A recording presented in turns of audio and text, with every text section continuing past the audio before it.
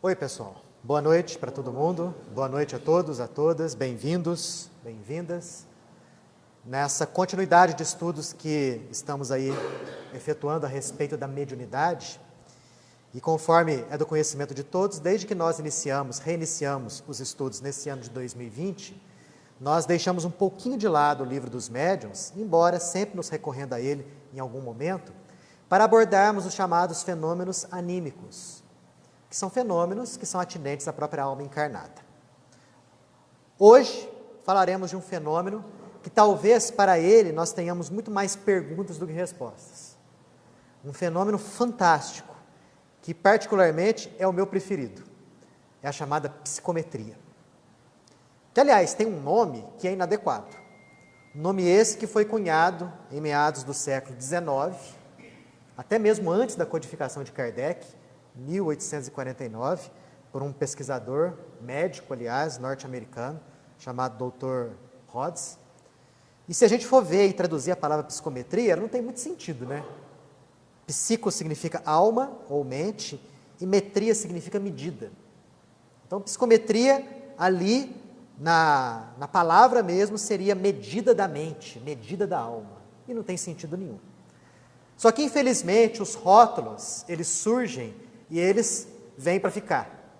Talvez você queira até depois dar um outro nome melhor, mais sensato, mais coerente com aquela ordem de fenômenos, mas o rótulo psicometria já estava lá e ficou consagrado pelo uso. Mas, já que o nome é esse, vamos definir o que é psicometria. Psicometria, pessoal, é aquela faculdade anímica, é aquela capacidade que alguns sensitivos têm de conseguir conhecimentos a respeito do passado, do presente e até mesmo em certas circunstâncias do futuro, mediante a manipulação de objetos que estavam presentes naqueles acontecimentos. É uma variedade de clarividência ou dupla vista. Na sexta retrasada nós falamos bastante a respeito de clarividência. A psicometria é um tipo de clarividência. A diferença ali seria que na psicometria objetos são utilizados na grande maioria dos casos. Embora existam casos de psicometria em que os objetos parecem que não são tão necessários a fim de que o fenômeno possa acontecer. Então, basicamente é o seguinte, o psicômetra, que é o indivíduo que tem essa capacidade, ele pega o objeto que pertenceu, por exemplo, a uma determinada pessoa e consegue descrever essa pessoa, o estado de espírito dela, onde que ela se encontra, se está viva, se está morta, o passado dessa pessoa e até mesmo acontecimentos futuros. Em muitas situações, o que acontece na base é justamente isso daí. Aí alguém pode estar pensando, poxa, mas objetos pertencentes à pessoa? Sim. O que o objeto tem a ver com isso? Por que o psicômetra tem que travar contato, tem que pegar o objeto para descobrir a história que ele encerra? Para entender isso, é necessário que nós entendamos algo que o Livro dos Espíritos já nos ensina há muito tempo. Que, à exceção de Deus e à exceção dos espíritos criados por Deus, tudo que existe nesse universo é formado por uma modificação ou por infinitas modificações e combinações do chamado fluido cósmico universal. Coisa que a física hoje já sabe, não obviamente com esse nome. A física fala de quarks, a física fala do bóson de Higgs, chamado de partícula de Deus, que em verdade, se você for ver no fundo, é a mesma coisa. Seria algo, o tijolinho com o qual todo o universo é feito. Então, todas as substâncias, todas as energias, tudo aquilo que você possa conceber, menos Deus e o Espírito, tudo é formado por modificações do fluido cósmico universal. Então, a minha camiseta é, o celular é, a luz é, a lâmpada é, a cortina, tudo que você puder imaginar, modificações do fluido cósmico universal. E esse fluido, ele tem uma característica das inúmeras interessantíssima. Ele tem a capacidade de captar e registrar todas as vibrações dos acontecimentos presentes no local onde ele se encontra. É como se ele fotografasse ou filmasse tudo aquilo que acontece com ele e ao redor dele. Traduzindo, é como se a natureza fosse um cinegrafista. É como se tudo que acontecesse no universo, desde o rastejar de uma larva na superfície de uma folha, até a colisão de duas galáxias ciclópicas, tudo ficasse registrado, armazenado nesse fluido cósmico universal. Onde que está esse fluido? Conforme a gente conversou aqui, está em tudo quanto é lugar. Ele faz parte do ar que respiramos, ele faz parte do corpo que nós temos, das roupas que nós vestimos, do alimento que nós ingerimos, da água que nós bebemos, enfim, de tudo. Então, todas essas coisas, elas ficam armazenadas, registradas de vibrações, de energias, de fluidos. E o psicômetra é aquele indivíduo que consegue, através da sua capacidade, de entrar em sintonia com essas energias que estão ali armazenadas, a fim de, através dessa sintonia, desvendar acontecimentos e fatos que acontecem no presente, que aconteceram no passado ou que vão acontecer ainda no futuro. Para que a gente possa fazer uma comparação dos nossos dias, que vai facilitar muito a gente entender isso. Porque fica meio vago, né? Nossa, mas como assim, né? Um objeto que retém energias, que retém fluidos, vibrações, não precisa ir muito longe, não. Se você comprar um cartão de memória de um celular, que é um quadradinho deste tamaninho aqui, você percebe que ele tem uma capacidade de memória, né? 8 GB, 16 GB, 32, 64, 128 e por aí vai. E alguma vez já paramos para pensar que coisa fantástica que é. Dentro daquele quadradinho minúsculo, você tem ali armazenado música, filmes. Ali você tem som, imagem, movimento, cores. E se você pegar aquele quadradinho e olhar, é óbvio que você não vai enxergar e ouvir nada daquilo que está dentro dele. É necessário que ele esteja dentro de um aparelho que possua as condições adequadas, os aplicativos necessários, a fim de se fazer a leitura de tudo aquilo que está magneticamente impresso naquele cartão de memória. Então, se nós fizermos a comparação, é como se esse fluido cósmico universal, que constitui tudo que existe no universo, fosse um cartão de memória. E o psicômetra é o aplicativo do celular que consegue ler aquilo que existe de armazenado nesses locais. Das duas, uma.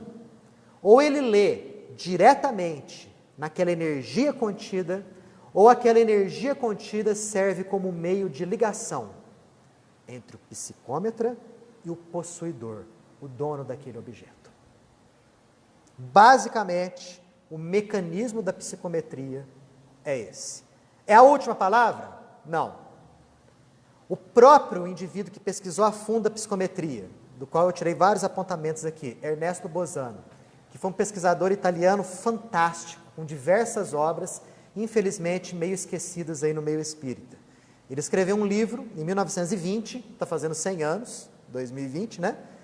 Os Enigmas da Psicometria, em que ele passa em revista 26 dos inúmeros casos que ele tinha à disposição de psicometria, a fim de se chegar a desvendar o mecanismo desse processo todo. É a única obra que existe? Não.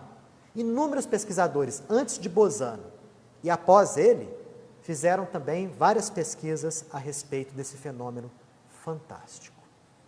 Então, eu tirei vários apontamentos aqui desse livro, Os Enigmas da Psicometria, Ernesto Bosano, do livro também Diversidade dos Carismas, do Hermínio Miranda, Mecanismos da Mediunidade, do André Luiz, capítulo 26, fala justamente acerca de psicometria, e de um ou outro apontamento que eu consegui por aí. Tá? Sobre isso daqui que eu acabei de comentar agora, alguém quer fazer alguma pergunta, comentário? Fala. Houve uma reportagem esses dias falando sobre as moléculas do ser humano. Sim. Nós somos constituídos de átomos tão, de milhares de átomos, que eles não estão agrupados, mas que eles vibram a tamanha velocidade, né, que nós não percebemos.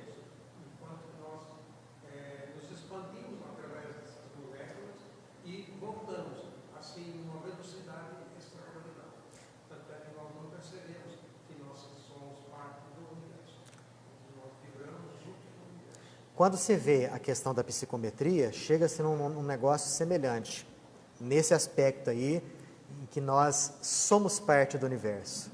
Porque em alguns casos de psicometria, o psicômetra chega a sintonizar com as sensações, com os sentimentos de uma árvore, de uma minhoca, de um pombo-correio, ou até mesmo os estados da matéria bruta inanimada, como por exemplo uma rocha. O que mostra que todos nós estamos interligados, que tudo que existe no universo é uma única coisa só na sua diversidade. Aliás, o próprio nome universo é isso, né? Uni significa um, e verso significa diversidade. Quer dizer, dentro da diversidade é uma única coisa só. Sim.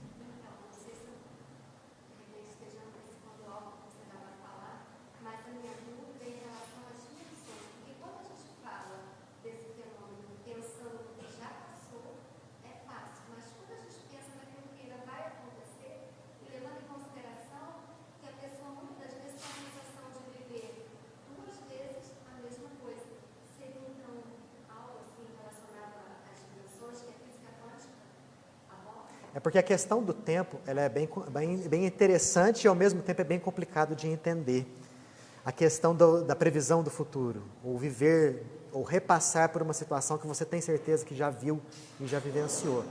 A gente sabe que na realidade espiritual o tempo passa de um jeito diferente, se a gente comparar a realidade espiritual e plano físico.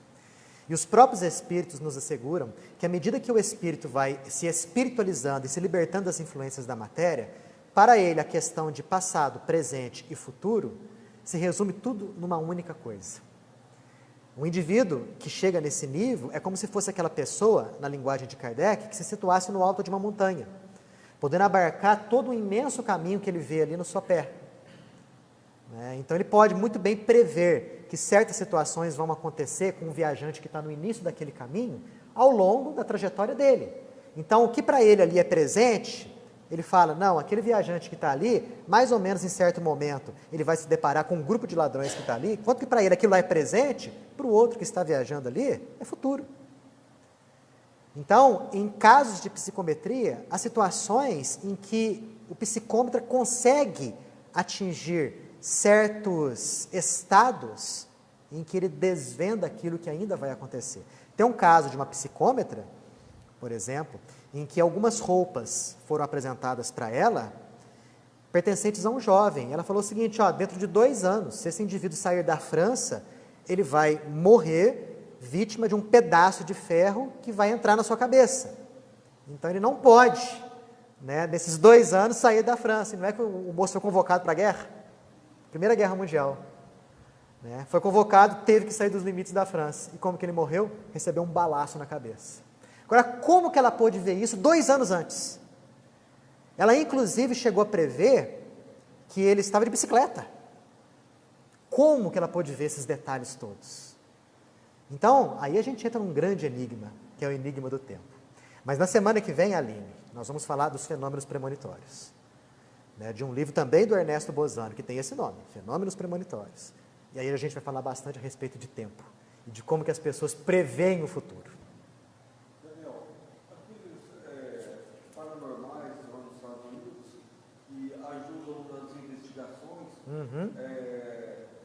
Indo nos locais onde ocorreu o crime Existe. Assim, captando a energia do ambiente. Perfeito. Aonde está o corpo do bandido também.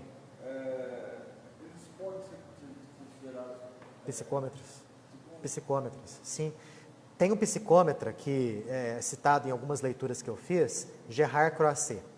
Ele era holandês, embora o nome francês, ele era holandês, e ele era psicômetra, e ele foi muito utilizado como detetive psíquico, para encontrar pessoas desaparecidas. Então, cita-se o caso de um menininho que morava numa aldeia, no ano de 1951 ele desapareceu. E os familiares procurando aqui, lá, polícia, bombeiro, tal, ao cabo de alguns dias, nada do garoto. E lembraram desse psicômetra, levaram para ele roupas do menino. E ele assim descreve: vejo, ao longo do caminho, que sai dessa cidade para outra, do lado esquerdo, um acampamento militar. Do lado do acampamento militar, um campo de tiro. Um pouco mais à frente, eu vejo uma elevação, tudo isso só de pegar na roupa do menino. E após essa elevação, eu vejo água.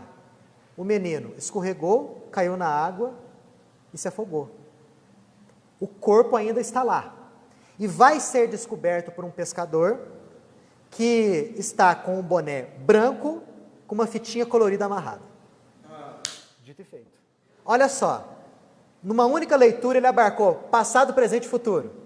O menino escorregou, caiu na água e morreu, passado. O corpo ainda está lá, presente. E ele ainda vai ser encontrado pelo sujeito, futuro, até arrepio. Como que ele viu um negócio desse? E dito e feito, o corpo do menino foi encontrado por um pescador que estava, né, com um chapéu branco, com uma fitinha colorida amarrada. É um detetive psíquico. Né? E nos Estados Unidos, não sei se nos dias de hoje, mas eles eram muito utilizados até algumas décadas atrás para poder encontrar pessoas desaparecidas. Algumas eram encontradas vivas, outras já estavam desencarnadas. Sim, só um segundinho. Fala. O grande professor de homeopatia foi o Dr. João Luiz. Sei. Né? E o João Luiz explicou a homeopatia mais ou menos assim. Então, uma determinada substância que vai ser feito no remédio homeopático, a partir do momento que se passa por aquele processo farmacotécnico, ela vai decodificar tudo que está armazenado naquela substância. Essa história, ela vai ser ingerida pelo paciente e ele vai sentir toda aquela história que está embutida nesse medicamento que foi decodificado pelo processo. Perfeito. E aí vai encontrar ali os dois ali, e quando acerta o remédio, quando é aquela doença que ele precisa ouvir, ao processo de cura. A homeopatia, né? É a memória da molécula de água. Exatamente. Você acabou de descrever um fenômeno, vamos dizer assim, de repercussão vibratória de duas substâncias, uma agindo sobre a outra. Exatamente. A base da homeopatia é isso aí. Beleza. Muito bem lembrado. Eu acho que eles ainda utilizam esses sensitivos ainda lá nos Estados Unidos. Tanto é que parece que tem um seriado, Arquivo X, que mais ou menos é inspirado nesse pessoal. Dos detetives psíquicos, né? Interessante isso daí. Mas baseado em fatos reais. Vamos ver alguns casos de psicometria? Como que acontece? Tirando do livro de Ernesto Bozano, alguns casos, e do Diversidade de Carismas, outros casos. O Bozano aqui começa o seu livro falando de uma psicômetra muito famosa na época dele, uma inglesa, chamada Edith Hawthorne. Era uma pessoa até mesmo enfermiça, mas dona de um coração enorme. Havia fundado, inclusive, uma escola para tratar crianças com problema de fala. Essa pessoa era psicômetra e ela se correspondia através de cartas com um sujeito que morava numa outra cidade lá da Inglaterra, chamado Sr. Jones. E o Sr. Jones sabia dos dons de psicometria dessa mulher. E, vez ou outra, enviava material para ela psicometrar. Só que ela não entrava em contato direto com o material. Ele mandava por correio e o material, às vezes, estava numa carta ou estava dentro de uma embalagem, num pacote, né, hermeticamente fechado. E ela simplesmente pegava o pacote, pegava ali a carta, o envelope, não sabia o que estava lá dentro. Mas ela psicometrava mesmo assim. E aí ela chegou a fazer várias psicometrias, várias leituras. Numa vez, ele mandou um pedaço de carvão para ela. Ela pegou a caixa, onde estava o pedaço de carvão, e falou assim, é um pedaço de carvão, sem ver, com os olhos da carne, mas só com os olhos da alma. E aí ela começa a descrever a mina, de onde aquele carvão era proveniente. Descreve a mina, descreve os mineiros no trabalho, alguns em pé, outros sentados, outros deitados. Descreve, inclusive, a existência de uma fonte de água que era um perigo permanente de inundação naquela mina. Descreve o indivíduo que morreu lá, 20 anos antes, vítima de um acidente, de uma inundação. Falando que os pensamentos daquele sujeito que havia sido morto naquela mina, através daquela inundação, no momento da morte dele, se dirigiam à mulher, se dirigiam ao filhinho. Descreveu, inclusive, como era aquele local há milhões de anos no passado, onde era um local cheio de árvores, né, frondoso, com inúmeros animais monstruosos, inclusive com a própria fonte de água. Tudo isso só de pegar um simples pedaço de carvão. E à medida que ela fazia a descrição psicométrica, o Sr. Jones ia confirmando tudo, passo a passo. Inclusive a morte do indivíduo que havia acontecido lá 20 anos antes. Simplesmente pegando um pedaço de carvão. Ou seja, toda a história daquele local ficou armazenada fluidicamente, magneticamente, naquele torrãozinho de terra, que ela pôde psicometricamente ler. Olha que coisa fantástica. Um outro caso, ele mandou para ela uma pena de um pombo-correio. O caso foi o seguinte: na região dele, haviam muitos pombais, com vários pombos-correio. Então ele pegou um pombo-correio, colocou dentro de uma gaiolinha, e esse pombo-correio viajou de trem para uma cidade longe. Chegando no seu destino, uma outra pessoa soltou o pombo voltou para sua casinha. Quando ele voltou, ele arrancou uma pena do pombo, colocou numa embalagem, mandou para a psicômetra. Ela pega e fala o seguinte: o dono disso daqui é um animal minúsculo que está encerrado numa caixa. Estou viajando de trem. E olha só o verbo que ela usa no presente. É como se ela se sintonizasse a ponto de ser o animal. Aí ela descreve o pombo sendo solto, voando alto, olhando o ambiente ao redor, até que ele se identifica com uma corrente magnética no céu. Corrente magnética essa que o liga até o pombal. Quando ele se certifica que é a corrente magnética adequada, ele, parte veloz, como uma flecha, rumo ao pombal. Ela chega a descrever, inclusive, o medo que o animal tinha de dois garotos na vizinhança daquele pombal que roubavam pombos. E esse pombo, já havia sido preso por esses garotos durante um tempo. Chega a descrever a presença de dois gatos, um cinzento rajado e um preto e branco, que moravam ali nos arredores e que comiam os pombos. Como? E tudo isso confirmado. A presença dos meninos, a presença dos gatos, o fato do pombo ter viajado de trem, porque ela sentia a trepidação do trem. Como, gente? Pegando uma simples pena de pombo-correio. Aliás, ela nem entrou em contato direto, estava dentro de uma caixa. Ou seja, a pena do animal registrou tudo aquilo que havia acontecido com o bichinho, e ela se identificou e momentaneamente, entre aspas, se tornou o próprio animal. Olha que coisa fantástica. Tem um outro caso aqui, do galho de árvore, em que ele manda um galinho de árvore para ela, dentro de um pacote, sempre fechado. Ela descreve a árvore, que não era uma árvore muito grande, era uma árvore que estava deitando os primeiros rebentos, que fazia parte de um pomar. Descreve, inclusive, os animais que estavam no subsolo adjacente àquela árvore. Do medo e do temor das minhocas e das toupeiras com algumas vibrações que estavam acontecendo no solo. E realmente, horas depois dela psicometrar o galinho de árvore, houve um desmoronamento 300 metros além daquela árvore. Descreveu a fonte de água subterrânea que nutria as raízes daquela árvore, que era muito fria, que a árvore, por conta disso, não podia se desenvolver a contento, por causa do frio do local. Tudo isso, ela descrevendo, só de pegar o galinho de árvore. Descreveu também, isso uma outra médium agora, norte-americana, todas as peripécias de uma pedra lançada da boca de um vulcão. E ela sente como se fosse a pedra, sente o calor da lava, sente o rolar da pedra, o depositar dessa pedra no fundo de um lago, que depois virou uma geleira, que depois se movimentou ao longo de muitos quilômetros, e depois se fundiu e deitou aquela pedra no local onde ela foi achada, milhões de anos depois. A mesma médium descreve os fragmentos de um meteoro. Descreve o espaço sideral, as estrelas, os planetas, a queda no planeta Terra. Mas tudo isso sem saber o que aquele objeto, o que aquele material é. Olha que coisa mais fantástica. Incrível, né? Sobre isso aqui, alguém quer fazer alguma observação? Algum comentário? Fala. Eu acho que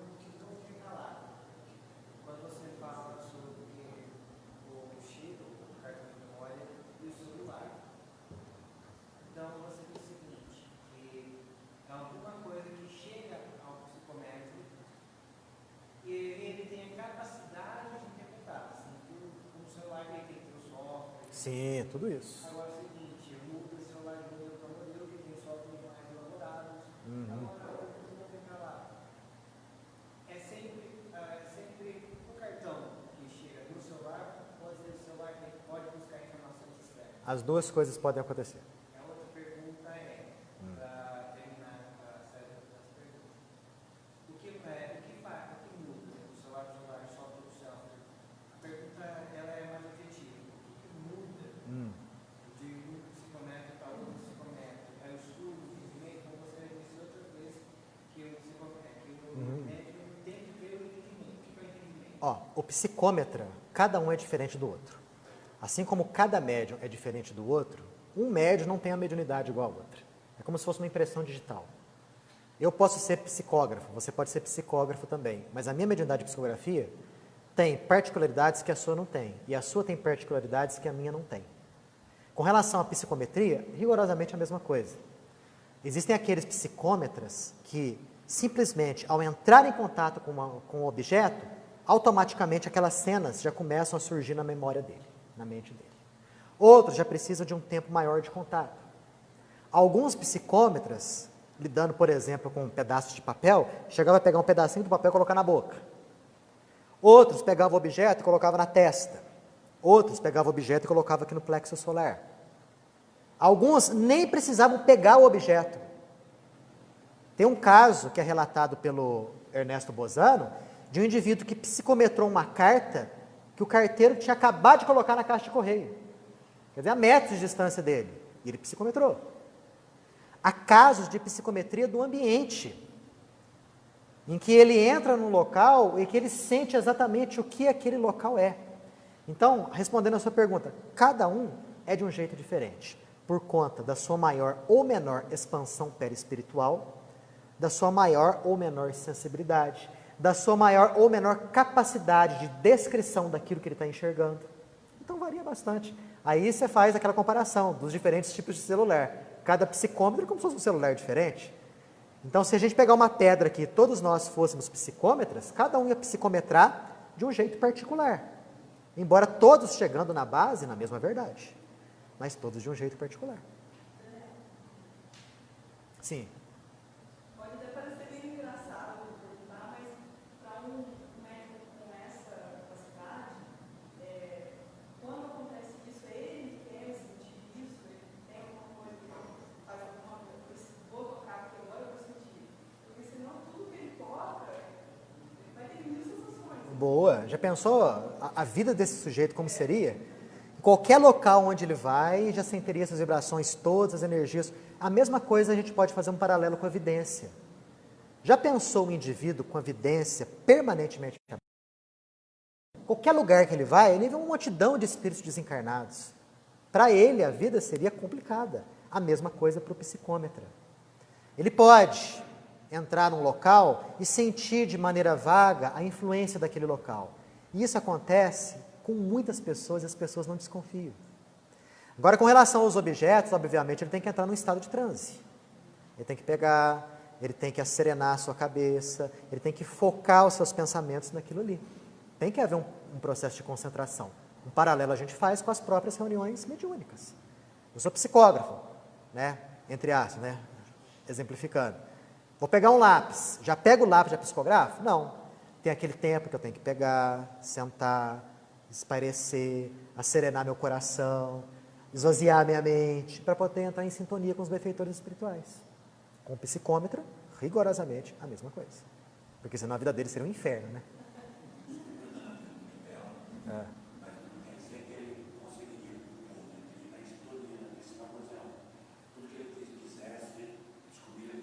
Já pensou, por exemplo, ele senta na cadeira e entra em contato com as pessoas que já sentaram naquela cadeira.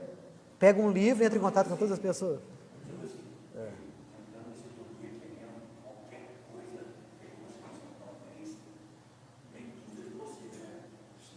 Sim, nem tudo ele consiga, exato. Tanto que, vamos supor um objeto que tenha pertencido a várias pessoas. Quando ele psicometra aquele objeto, ele se sintoniza talvez com uma ou duas faixas de vibrações ali presentes. Vamos fazer uma comparação aqui. Pega uma cebola e corta ao meio. Você vai ver o miolinho da cebola e as camadas da cebola, né? A grosso modo, é como se o miolinho fosse o objeto e aquelas camadas fossem as influências várias. Então, o psicômetra ele pode entrar em contato com uma ou duas camadas daquelas. Aquela com a qual ele se sintoniza melhor. Né? E há influências pessoais que são mais fortes do que outras. Há certos comportamentos que eles têm a capacidade de impregnar mais os objetos do que outros comportamentos. Alguns psicómetras chegaram até mesmo já a verificar esse tipo de diferença.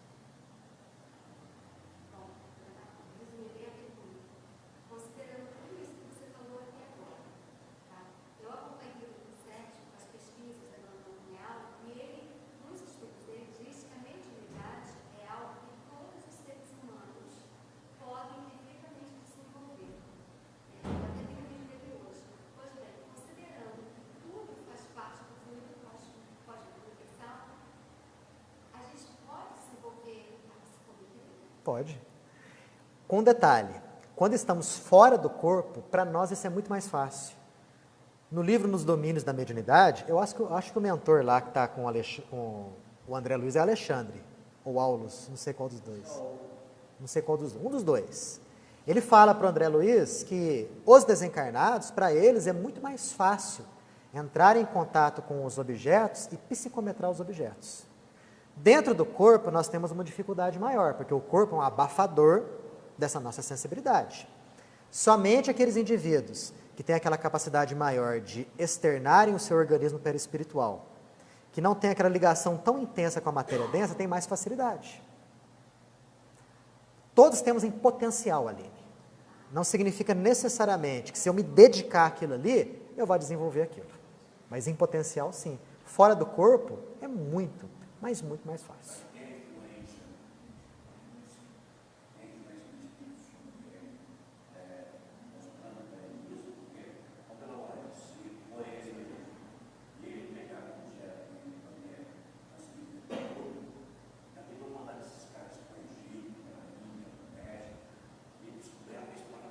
Então, quando eu estava lendo a respeito disso, falei, nossa, olha só que contribuição para a arqueologia.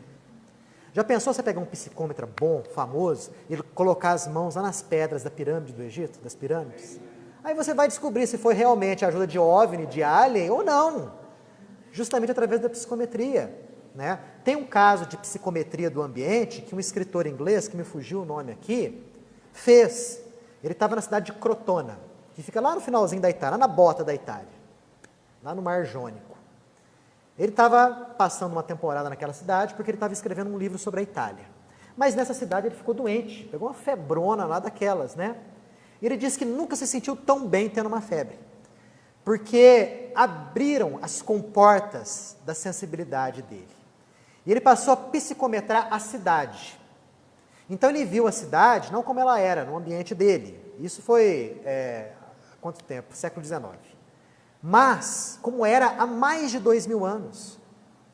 Então ele via as construções como eram, as ruas lotadas de gente, com aquelas pessoas todas, com aquelas roupagens coloridas, as paisagens, os locais festivos, as grandes batalhas. Ele chegou inclusive a acompanhar em loco o desenrolar de uma batalha que aconteceu entre os comandados de Aníbal, o cartaginês e alguns exércitos italianos, acontecido naquela cidade de Crotona, nas praias de Crotona.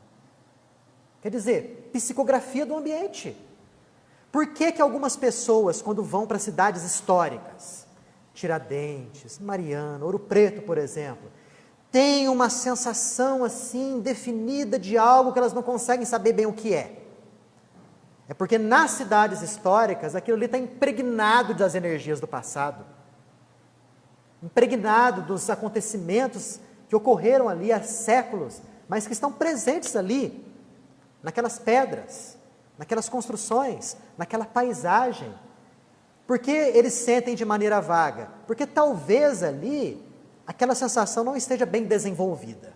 Mas para um psicômetra, ele poderia muito bem acompanhar todo o desenrolar da prisão, julgamento, né, e martírio de Tiradentes, acontecido no Rio de Janeiro, Mariana, Tiradentes, e por aí vai. Já pensou que contribuição, e isso vai acontecer ainda? Ah, vai. Eu tenho certeza que vai chegar um momento em que a nossa, não a ciência, né, mas muitos dos nossos cientistas vão ficar mais espiritualizados e vão abrir possibilidades de pesquisas como essa. Que isso vai desvendar o passado. Você pode pegar, por exemplo, o Santo Sudário. Foi de Jesus? Não foi de Jesus? Pega um psicômetro lá. Pega um pedacinho do manto lá. Aí ele vai desvendar se foi ou se não foi. Só um segundo. Fala.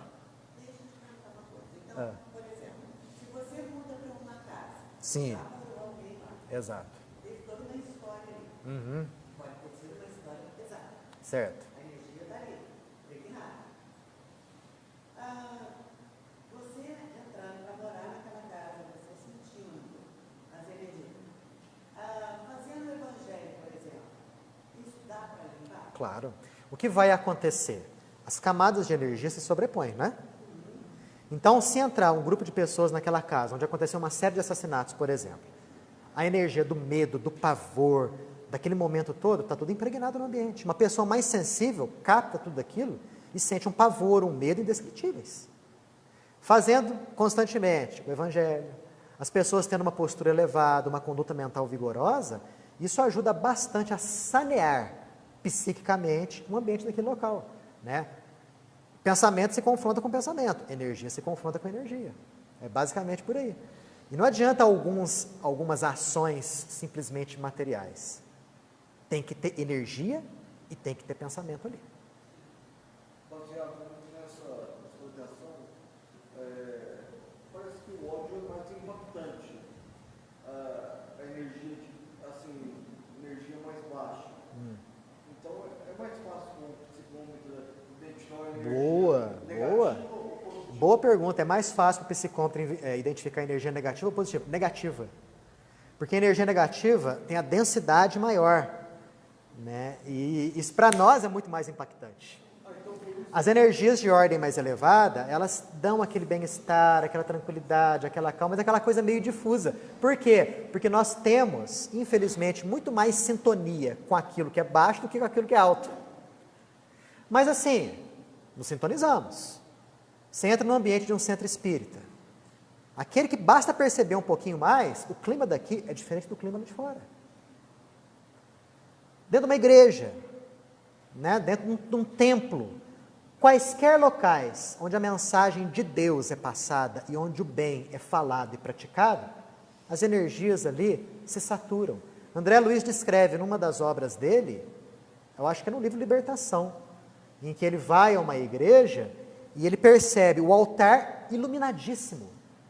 E os objetos que o padre usa, iluminadíssimos. Ele pergunta ao mentor dele, o que é essa luz toda que eu estou vendo ali? Ele falou assim, olha, imagine décadas e décadas dos fiéis vindo aqui, com as suas orações, com as suas preces, com a sua fé, deposita energias positivas nesses locais. Daí a luminosidade do ambiente. Só um segundo. Fala. Depois eu conto sobre Auschwitz para você. Isso tem relação com a egrégora? O que seria uma egrégora? Seria, vamos dizer assim, uma imagem, uma forma pensamento que é gerada através de muitos indivíduos que vibram na mesma frequência, na mesma onda. Essa é a chamada egrégora, simplesmente uma forma pensamento. Já, daqui a pouquinho, vamos dar uma continuidade aqui, para que a gente possa, né, falar dos chamados locais históricos. Já falei das batalhas de Crotona, né? Falei das sensações vagas e difusas, quartos de hotel. O Divaldo Franco, por exemplo, fala que tem uma dificuldade tremenda em dormir nos quartos de hotel, porque ele deita a cabeça no travesseiro do hotel, começa a vir na mente dele cenas e diálogos das pessoas que ocuparam aquele quarto, aquele apartamento. Então ele fala que ele costumava até mesmo levar travesseiro próprio nas viagens, para que isso não pudesse acontecer. E talvez seja por isso que ele prefira, quando vai nas cidades, ele conhece alguém, algum amigo, se hospedar na casa de indivíduos conhecidos. Porque talvez não exista ali tanta influência de rotatividade como nesses ambientes. Aí imaginemos como que isso fica saturado das energias, dos pensamentos e das intenções das pessoas. E roupa. O Hermínio Miranda descreve um caso interessantíssimo de uma médium que ele denomina de Regina. O tinha inúmeras capacidades mediúnicas e muitas anímicas. Uma delas era de psicometria. Ela tem a seguinte história: espírita, e ela costumava receber roupas, calçados e brinquedos de um amigo dela nos Estados Unidos. Esse amigo espiritualista dela reunia entre os amigos dele roupas, calçados, brinquedos lá nos Estados Unidos e enviavam para ela no Brasil. Ela pegava lá no aeroporto, separava, catalogava e enviava para vários centros espíritas, para os bazares dos centros espíritas, a fim de que pudessem vender aquilo ali para ter alguma renda para sustentar o centro. Pois bem, numa dessas, ela se deparou com um vestido de festa muito bonito, praticamente novo. Ela ficou apaixonada naquele vestido. Falou assim, vou ficar com esse vestido para mim. Ela pensou. E deu algum dinheiro lá para o centro, para onde aquele vestido ia. E guardou o vestido no armário. Depois de alguns dias, ela resolveu, ela se lembrou do vestido, resolveu pegar, lavar. Quando ela pegou o vestido para poder passar a ferro, ela estava bem. Era um período de férias, estava tranquila, sossegada, leve. Começou a passar aquele vestido, de repente começou a surgir nela uma sensação de tristeza, que foi se avolumando, que virou uma angústia. Aí ela pegou aquele vestido passado, olhou, vestiu, e aquela angústia começou a volumar, virou um medo. De repente ela se olhou no espelho, ela viu que o ventre dela tinha crescido, e que ela estava com uma aparência complicada, contorcida, angustiada. E logo veio à mente dela a ideia: estou com câncer. E ficou apavorada, dominada por aquele medo. Meu Deus do céu, vou morrer. Mas eu sou tão jovem, não mereço isso. E deu uma volta em casa, com aqueles pensamentos de angústia, deparou-se de novo na frente do espelho, viu lá o ventre crescido. Será que ela viu mesmo com os olhos da carne, né? Estou com câncer, câncer abdominal, daqui a alguns dias eu vou morrer, eu não mereço passar por isso. E no meio das lágrimas todas, de repente ela pensou, peraí, por que eu estou pensando isso? Eu estou bem, desde quando eu tenho câncer? Desde quando a minha barriga está desse jeito? Só de pensar assim, ela já se acalmou. E começou a passar em revista tudo aquilo que tinha acontecido ao longo do dia dela. Até que veio a imagem do vestido que ela estava vestindo. O que ela fez? Tirou rapidamente aquilo lá. Fez uma prece e voltou ao seu estado normal. Depois ela pôde saber com um amigo dela que aquele vestido havia sido doado, por uma moça jovem que havia morrido de câncer abdominal. As vibrações de medo, de angústia, de tristeza, de revolta ficaram impregnados no tecido do vestido. E ela, sensível, pois era médium, ela captou e somatizou aquilo ali. Ela disse que depois daquele dia nunca mais vestiu roupa emprestada. E nunca mais emprestou roupa nenhuma delas. Se alguém pedisse alguma roupa emprestada, ela dava a roupa. Nada de emprestar roupa. Que interessante, não? A que ponto a sensibilidade de uma pessoa pode chegar, a fim de interpretar as vibrações presentes em roupas e em objetos materiais. Os casos que o Bozano descreve são muitos. O caso que o André Luiz descreve no livro Mecanismos da Mediunidade, nos Domínios da Mediunidade, é fantástico. Ele e o mentor visitam um museu, aqui na Terra. Aí o mentor, não sei se é Alexandre ou Alves, começa a explicar a questão da psicometria, os objetos saturados das vibrações fluídicas, e de repente eles se deparam com uma jovem desencarnada, que estava do lado de um espelho antigo. 5 encarnados estavam admirando aquele espelho. Nossa, que espelho mais bonito, olha que maravilha, olha como ele é bem talhado.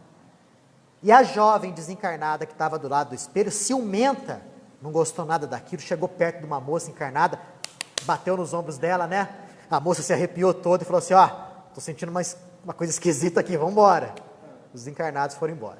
E a moça, toda satisfeita, ficou do lado do espelho. Aquilo lá chamou a atenção do André Luiz. E perguntou ao André Luiz para o mentor, o que é isso aí? E ele falou, já sei o que é, já psicometrei o objeto, e já sei o caso da moça. Esse espelho pertenceu a ela.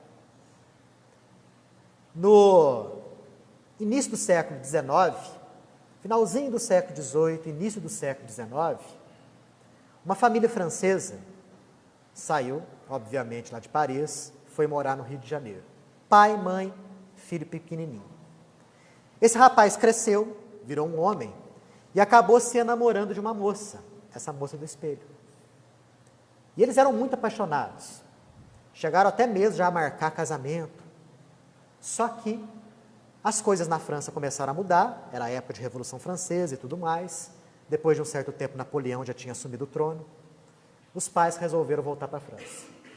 E o moço, muito a contragosto, porque queria ficar, foi embora para a França. E deu o espelho de presente para ela.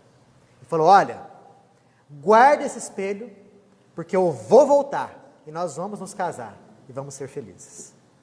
E ela, aquele espelho era a garantia de felicidade dela. Guardou o espelho. Lá na França, o rapaz acabou se interessando por outra, né? E acabou esquecendo a moça brasileira rapidinho, se casou por lá mesmo. E a moça, com o tempo, morreu de desgosto. Morreu, mas ficou ligada ao espelho. Aí o mentor descreve, veja as peripécias pelas quais ela passou, as casas por onde ela passou, ligada fluidicamente ao espelho. Até o espelho for ser confiado àquele museu. E André Luiz pergunta, mas como que essa história vai acabar, vai se desenrolar? Ele falou assim, olha, na vida, todos nós temos que nos acertar. Todas as pontas soltas, elas têm que estar unidas. Vai chegar um dia que alguém entrará nesse museu, vai se apaixonar por esse espelho e vai fazer de tudo para levar o espelho para casa. E a moça de brinde. Quem vai ser essa pessoa? O moço francês, reencarnado agora. Essa moça vai vir com o espelho e possivelmente vai reencarnar como filha dele. E quem vai ser a esposa dele? A outra francesa lá. A fim de que tudo possa se restabelecer. Tudo possa se harmonizar. E aí a gente começa a perceber casos semelhantes a esse, de objetos amaldiçoados, joias amaldiçoadas. Tem um caso interessante que o Chico cita, de um casal, que ele havia orientado a fazer o evangelho no lar. Um casal muito rico. E o Chico falou o seguinte, olha, ao cabo de 6 anos, se vocês fizerem o evangelho com muita fé, Jesus vai enviar um presente para vocês. E eles, durante 6 anos, fizeram o evangelho no lar. Arrisca. Completados 6 anos, eles ficaram até meia-noite acordados para esperar o presente de Jesus. Nada. Deitaram e dormiram. Dia seguinte, quando acordaram, a casa tinha sido invadida. Entrou um ladrão, roubou um monte de coisa. Inclusive um diamante valiosíssimo, que era de família, havia passado por gerações e mais gerações. E eles ficaram desalentados com aquilo, né? E foram até o Chico. Falei, poxa, Chico, que presente, né?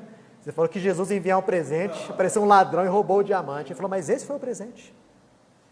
Por quê? Aquela joia era muito valiosa. Ao longo de gerações várias, muitos assassinatos e suicídios foram cometidos. Haviam mais de 100 espíritos obsessores ligados àquela joia, que estavam na casa de vocês. Com o evangelho no lar, ao longo desses 6 anos, boa parte deles foi doutrinada, mas restaram 16, recalcitrantes. O ladrão levou a joia e levou os 16 espíritos juntos, de lambuja.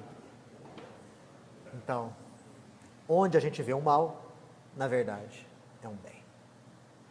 Isso é a psicometria. E eu incito vocês a lerem esse livro aí, Enigmas da Psicometria, do Bozano, que é fantástico. Os casos que existem ali, você não acredita. Você não acredita. São lindos. Semana que vem, vamos falar a respeito de premonição. Será que existe isso mesmo, a capacidade de prever o futuro? Qual é o mecanismo que está envolto nisso aí? Semana que vem.